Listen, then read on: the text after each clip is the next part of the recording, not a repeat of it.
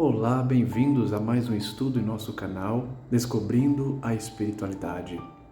Estamos estudando a obra Entre a Terra e o Céu, psicografia de Chico Xavier, editado pelo Espírito André Luiz.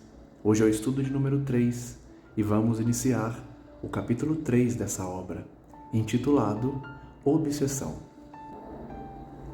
Nos narra André Luiz: penetramos o mais espaçoso aposento da casa, onde uma senhora de aspecto juvenil repousava, abatida e insone. Moça de 25 anos aproximadamente, mostrava no semblante torturado harmoniosa beleza.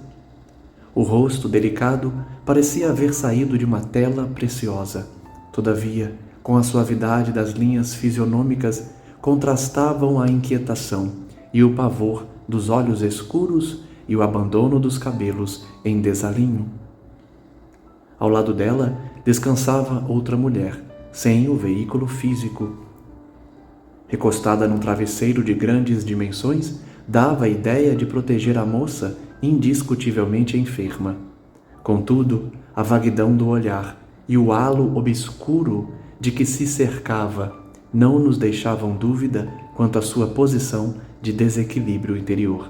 Então, continuando a história que nós vimos nos últimos estudos, André Luiz está visitando aquela moça que está sendo obsidiada, achando que a sua mãezinha desencarnada cuida dela e rogando através de uma oração que foi direcionada para alguém que pode atendê-la, a oração refratada, ela tem a companhia de sua mãe desencarnada, mas que está numa condição de espírito obsessor, de espírito em desequilíbrio íntimo. Conservava a destra sobre a medula alongada da senhora vencida e doente, como se quisesse controlar-lhe as impressões nervosas.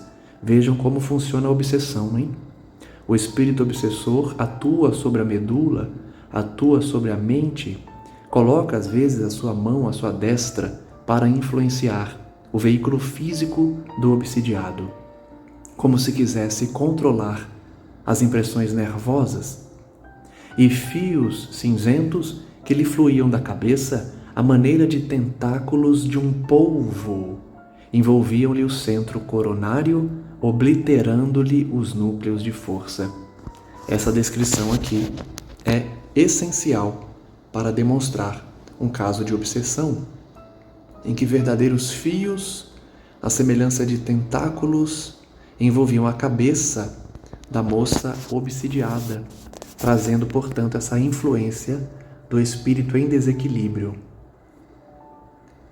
Indiferentes ambas à nossa presença, foi possível observá-las atentamente, identificando-se-lhes a posição de verdugo e de vítima, um caso claro, portanto, de obsessão.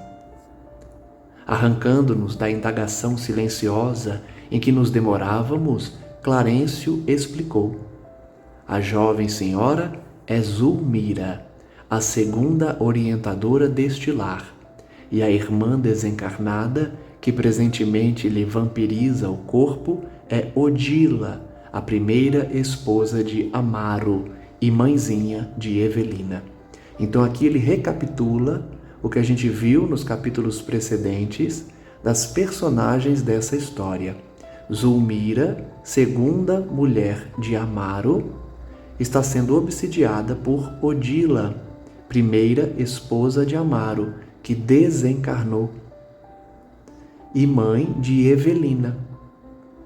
Nós vimos que Evelina faz orações direcionadas para sua mãe, pensando que ela está equilibrada no plano espiritual, mas estamos vendo que ela está num processo obsessivo, inclusive atuando como um obsessor de Zulmira. Evelina é filha de Odila, que está dolorosamente transfigurada pelo ciúme a que se recolheu. Ela não aceita que seu esposo tenha casado novamente depois que ela desencarnou. Tem ciúmes da nova companheira. Empenhada em combater aquela que considera inimiga, imanta-se a ela pelo veículo perispirítico na região cerebral, dominando a complicada rede de estímulos nervosos e influenciando os centros metabólicos, com o que lhe altera profundamente a paisagem orgânica. Aqui um alerta importante. Percebam que Zulmira, ela não tem o hábito da oração, provavelmente. Ela não vigia os seus pensamentos, porque ela é a nova companheira de Amaro, mas permitiu que a antiga companheira desencarnada se ligasse a ela, imantando-se-lhe ao perispírito, vinculando-se-lhe num processo obsessivo. A importância, portanto, de orar, de vigiar, de não permitir que esses espíritos, muitas vezes nossos inimigos do passado ou desafetos atuais, nos influenciem para o mal. A gente precisa se defender desses ataques espirituais, de espíritos muitas vezes que não simpatizam conosco por questões fúteis, por ciúme, por inveja. Necessário orar e vigiar, como aconselhou Cristo Jesus, para que não sejamos influenciados por espíritos inferiores. Mas por que não há reação por parte da perseguida? Perguntou André Luiz perplexo. Por que ela não reage a Zulmira? Responde então Clarencio. Porque Zulmira, a nossa amiga encarnada, caiu no mesmo padrão vibratório. Acabei de falar, da importância de orar e vigiar, não sintonizar com os nossos obsessores, com espíritos que querem o nosso mal. Zulmira equiparou a sua vibração, o seu padrão vibratório com a obsessora, o espírito obsessor. Ela também se devotou ao marido com egoísmo aviltante. Olha só, a sintonia está no egoísmo, no ciúme. Amaro sempre foi pai afetuosíssimo. O patrimônio anterior deixou-lhe um casal de filhinhos, mas o pequeno Júlio, formosa criança de 8 anos, perdeu a existência no mar. Nós também vimos isso, O irmãozinho de Evelina, Júlio, morreu, infelizmente, no mar, afogado. E Amaro era um pai, é um pai muito afetuoso com seus filhos. Os 2 filhos do primeiro casamento. A segunda mulher nunca suportou, sem mágoa, o carinho do genitor para com os órfãos de mãe. Olha que espírito egoísta, Ter ciúme do amor que o atual companheiro tem pelos filhos. Revoltava-se, choramingava e doía-se constantemente diante das menores manifestações de ternura paternal, entrelaçando-se por isso mesmo com as desvairadas energias da irresignada companheira de Amaro. Vejam como Zulmira acabou sintonizando com Odila. Ela tinha ciúme do amor de Amaro por seus filhos, amor de pai com seus filhos. Se revoltava, ficava irritada quando Amaro demonstrava afeto por seus filhos. Por isso ela sintonizou-se com Odila. Vejam como nós, seres humanos, muitas vezes complicamos situações que são simples. Como criamos conflitos onde não era para existir. Ela assim sintonizou-se com a obsessora, arrebatada pela morte. Em suas preocupações doentias, Zulmira chegou a desejar a morte de uma das crianças. Olha só, olha como o egoísmo leva o espírito a uma situação de completo desequilíbrio. Chegou a desejar a morte de uma das crianças e aconteceu, O Júlio acabou desencarnando e ela provavelmente se culpa. Pretendia possuir o coração do homem amado com absoluto exclusivismo. É um egoísmo no seu ápice. Só pode me amar, não pode amar mais ninguém, nem os próprios filhos. E porque as atenções de Amaro se concentravam particularmente sobre o menino, muitas vezes emitiu silenciosamente o anseio de vê-lo afogar-se na praia em que se banhavam. Vejam que Zulmira, ela chegou a desejar especificamente o afogamento de Júlio, um menino de 8 anos. É muito desequilíbrio. A gente sabe que a desencarnação dele não foi por conta desse desejo, porque estava na sua programação, certamente. Mas é muito triste vê alguém desejando a morte de uma criança. Certa manhã, custodiando os enteados, separou Evelina do irmão, permitindo ao Petis mais ampla incursão nas águas. Olha só. Ela provocou a morte. Ela, de fato, tem uma participação direta no afogamento. O objetivo foi atingido. Uma onda rápida surpreendeu o miúdo banhista, arrojando-o ao fundo. Que triste, que triste. Ela separou de forma proposital o menino da irmã, causando seu afogamento. Muito triste, um crime terrível. É por isso que a gente vê esses espíritos sofrendo no além, muitas vezes sem ter passado por nenhuma pena na terra, sem que seus crimes fossem descobertos, mas para a própria consciência, o crime está estampado. Ela nunca vai ter paz enquanto não se arrepender profundamente dessa atitude terrível e triste e, pelo menos, reparar um pouco do mal. Incapaz de reequilibrar-se, Júlio voltou cadaverizado à superfície. O sofrimento familiar foi enorme. O ferroviário sentiu-se psiquicamente distanciado da segunda esposa, o Amaro, logicamente, né? Parece que sentia que ela foi culpada, classificando-a como relaxada e cruel com os filhinhos, que de fato foi, né? De fato foi cruel. Zulmira, a seu turno, acabrunhada com o acontecimento e guardando consigo a responsabilidade indireta pelo desastre, e eu ouso dizer que essa responsabilidade parece mais ser direta do que indireta, né? Você deixar uma criança de 8 anos na praia, sem qualquer cuidado, afastando de forma proposital da irmã mais velha e não tendo cuidado de protegê-lo contra as ondas, me parece que é uma responsabilidade muito mais direta do que indireta, pelo desastre havido. Caiu então Zulmira obsidiada ante a influência perniciosa da rival que a subjugava do plano invisível. Então, esse crime foi a gota d'água para ela se ligar a Odila, espírito que tinha ciúme dela com Amaro. Clarencio fez ligeiro intervalo e continuou. O sentimento de culpa é sempre um colapso da consciência. Olha que frase.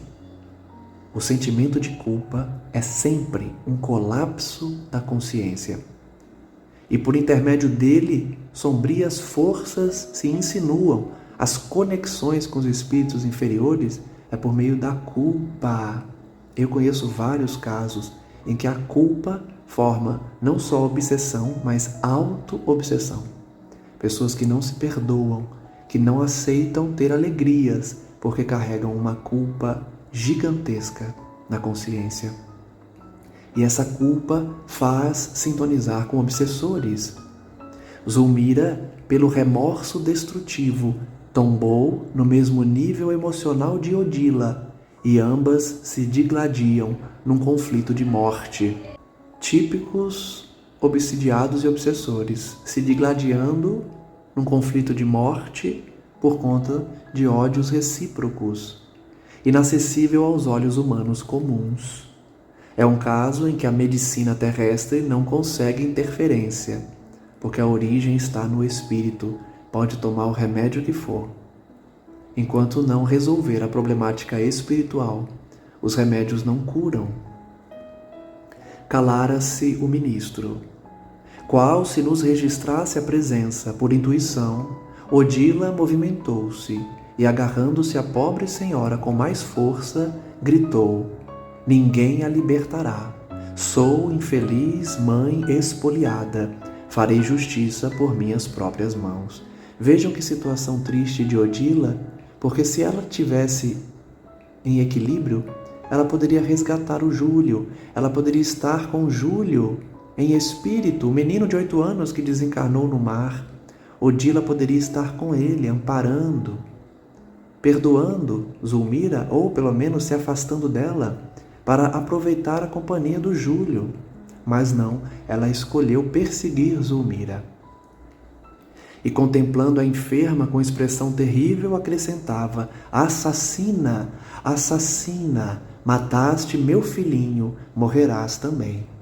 Aqui não faço nenhum julgamento, porque me coloco no lugar dessa mãe, vendo seu filho ser afogado, sofrer um afogamento por desídia da nova companheira do esposo, por abandono, com uma responsabilidade mais direta do que indireta. Não é fácil. Não a julgo por cultivar esse sentimento de revolta. Com o Espiritismo a gente sabe que precisamos perdoar, que precisamos deixar a justiça de Deus agir e não buscar a justiça com as próprias mãos. Mas me compadeço da situação dessa mãe. A doente abriu desmesuradamente os olhos. Extrema palidez cobriu-lhe a face. Não ouvia as palavras da adversária, que lhe era invisível, mas, envolta na onda magnética que a enlaçava, sentia-se morrer. São os sintomas da obsessão. Clarencio afagou-lhe a fronte e disse calmo: pobre moça, de fato, é uma pobre moça. Hilário e eu, instintivamente, abeiramo-nos de Odila para afastá-la com a presteza possível, mas o instrutor generoso deteve-nos com um gesto. Olha só, Hilário e André Luiz tiveram a intenção de afastar Odila de Zulmira, mas Clarencio não deixou. Por que será? Ele advertiu: a violência não ajuda. As duas se encontram ligadas uma à outra. Olha como a espiritualidade não interfere quando o livre-arbítrio determinou a união de dois espíritos, ainda que inimigos, ainda que numa obsessão. Eles não praticam violência, não separam à força dois espíritos que se ligam. Separá-las à força seria a dilaceração de consequências imprevisíveis. É como você arrancar alguém que está grudado numa outra pessoa, seja por conta de uma cola, seja por conta da situação dos gêmeos siameses. Você não simplesmente arranca uma pessoa da outra. Isso traz consequências. A exasperação da mulher desencarnada pesaria demasiado sobre os centros cerebrais de Zulmira. E a lipotimia, que é perda súbita de consciência, o desmaio, poderia acarretar a paralisia ou mesmo a morte do corpo. Olha só, a gente já viu isso aqui em outra obra, Desvincular um obsessor pode causar a morte do obsidiado, de tão ligados que estão. Esse desenlace tem que ser aos poucos, principalmente com a atitude do obsidiado e com o perdão do obsessor, ou pelo menos com arrependimento. A partir daí eles vão se desvinculando. Mas então, clamou Hilário, contrafeito, como extinguir essa união indébita? Não será justo afastar o algoz da vítima? Respondeu Clarencio, sorrindo: aqui o quadro é diverso. Na esfera carnal, a cápsula física é precioso isolante das energias desequilibradas de nossa mente. Então vejam, é diferente de separar duas pessoas que estão brigando aqui no plano físico. Se tem duas pessoas brigando, a gente separa no plano físico, mas no plano espiritual o quadro é diverso. Por quê? O corpo humano isola as energias desequilibradas da mente. Entretanto, em nosso plano de ação, que é o plano espiritual, no problema que observamos, essas forças desbordam ameaçadoras sobre a infortunada mulher, cujo corpo pode ser comparado a uma lâmpada de fraca receptividade, sobre a qual seria perigoso arremessar uma corrente superior à capacidade de resistência a que se enquadra. A inutilização seria completa. Olha que figura interessante Clarencio usou para explicar o porquê que os espíritos não podem simplesmente separar à força um obsidiado de um obsessor. É como uma lâmpada que recebe uma carga que excede a sua capacidade. O que acontece? A lâmpada explode. A lâmpada não consegue lidar com aquela sobrecarga de energia e explode. É o exemplo que ele dá. Não se pode impor uma carga superior a que a obsidiada está acostumada. Ela pode vir até a morte por conta da síncope do seu próprio corpo físico. Que poderíamos fazer? Perguntou Hilário desapontado. Precisamos atuar na elaboração dos pensamentos da infortunada irmã que tomou a iniciativa da perseguição. Então eles vão atuar sobre a obsessora, a desencarnada. É imprescindível dar outro rumo à vontade dela, deslocando-lhe o centro mental e conferindo-lhe outros interesses e diferentes aspirações. Eles vão inspirar a obsessora para abandonar a obsessão. E não podemos começar exortando-a. O ministro sereno obtemperou sem alterar-se. Talvez, assim de momento, não pudéssemos ou não soubéssemos. A preparação é indispensável. Então não adianta apenas pedir a ela, abandone isso. Depende da condição dela. É preciso primeiro preparar-se. Nada custa uma conversação de censura, alegou meu companheiro admirado. Ou seja, Hilário queria chamar a atenção de Odila. O que você está fazendo é errado, não faça isso. Queria censurá-la. Sim, uma doutrinação pura e simples seria cabível.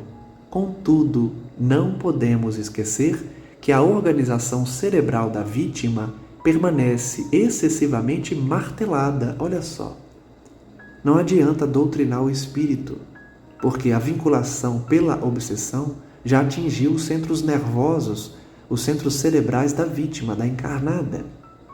Nossa intervenção no campo espiritual de Odila deve ser envolvente e segura para evitar choques e contra-choques que repercutiriam desastrosamente sobre a outra.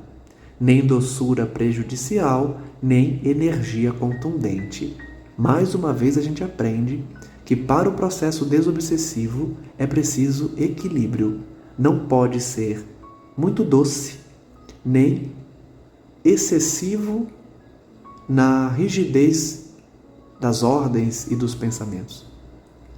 Não pode chamar a atenção de uma forma que ofenda ou agrida, nem passar a mão na cabeça e dizer que está tudo bem. É preciso equilíbrio, porque a vinculação é tão grande entre as duas que qualquer atitude que traga uma energia um pouco mais pesada vai trazer intensos sofrimentos para a encarnada. O instrutor dirigiu piedoso olhar às duas mulheres e prosseguiu. A questão nesta casa surge realmente melindrosa. É necessário buscar alguém que já tenha amealhado na alma bastante amor e bastante entendimento para conversar com o poder criador da renovação. Eu estou sorrindo porque mais uma vez a gente percebe que André Luiz e o mentor dele, Clarencio, vai ter que chamar um espírito que realmente ama. Nós vimos isso na última obra que estudamos, onde um espírito de luz, Matilde, veio resgatar Gregório. E antes dessa obra nós vimos também que foi necessária a intervenção de um espírito que ama para resgatar um obsessor. Mais uma vez a gente percebe.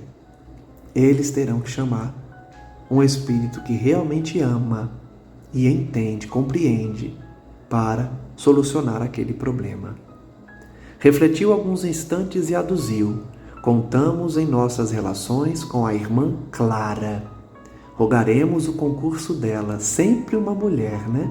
Sempre um amor de mãe, para trazer uma compreensão acima do amor comum dos homens.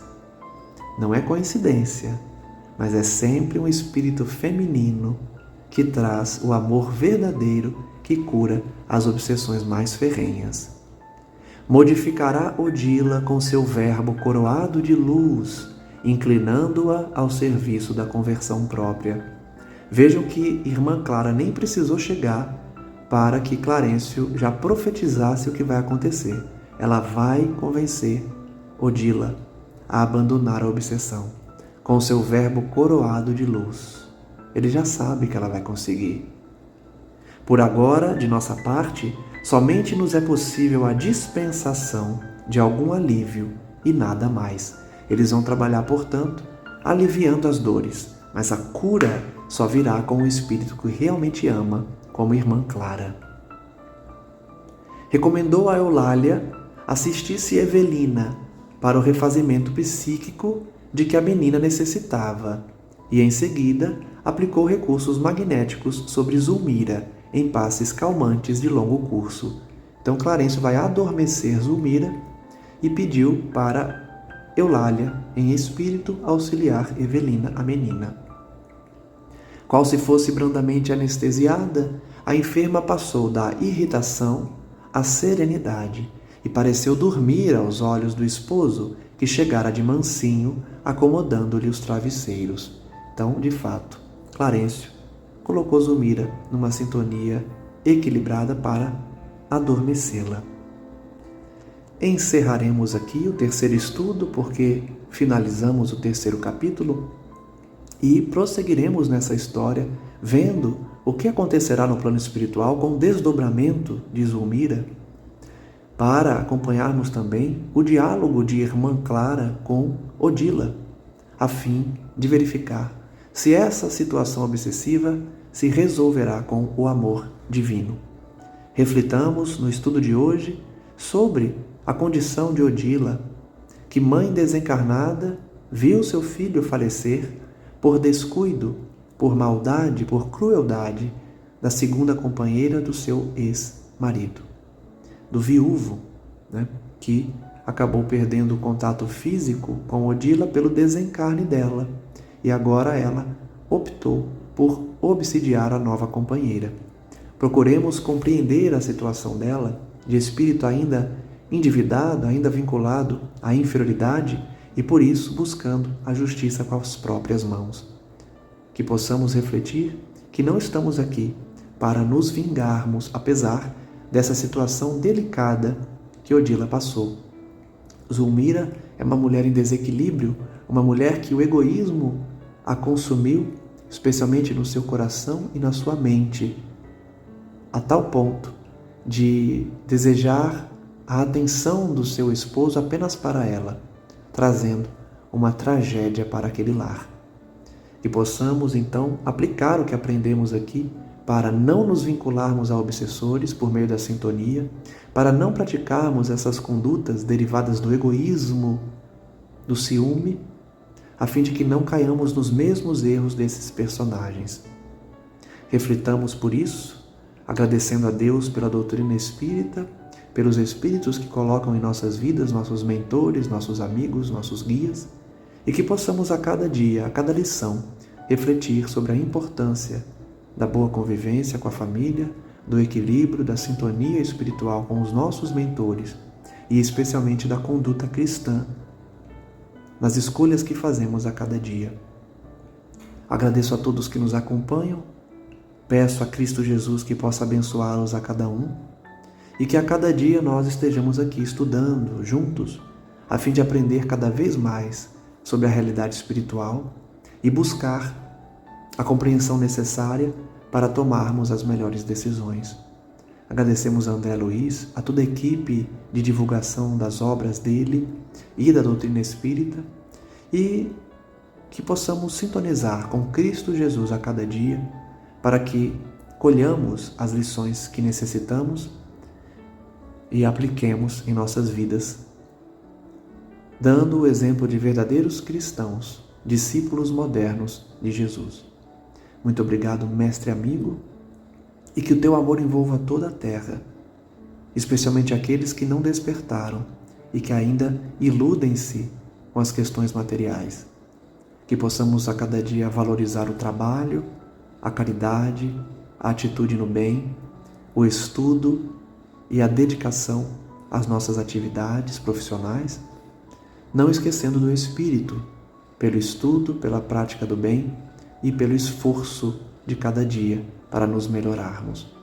Muito obrigado, amigo e mestre Jesus Cristo, e que Maria Santíssima, Rainha do teu reino, possa nos abençoar, nos proteger e trazer toda a sua falange para melhorar nossa sintonia, nossa vibração, nos inspirar para o bem e nos admitir nas suas fileiras bondosas da prática da caridade.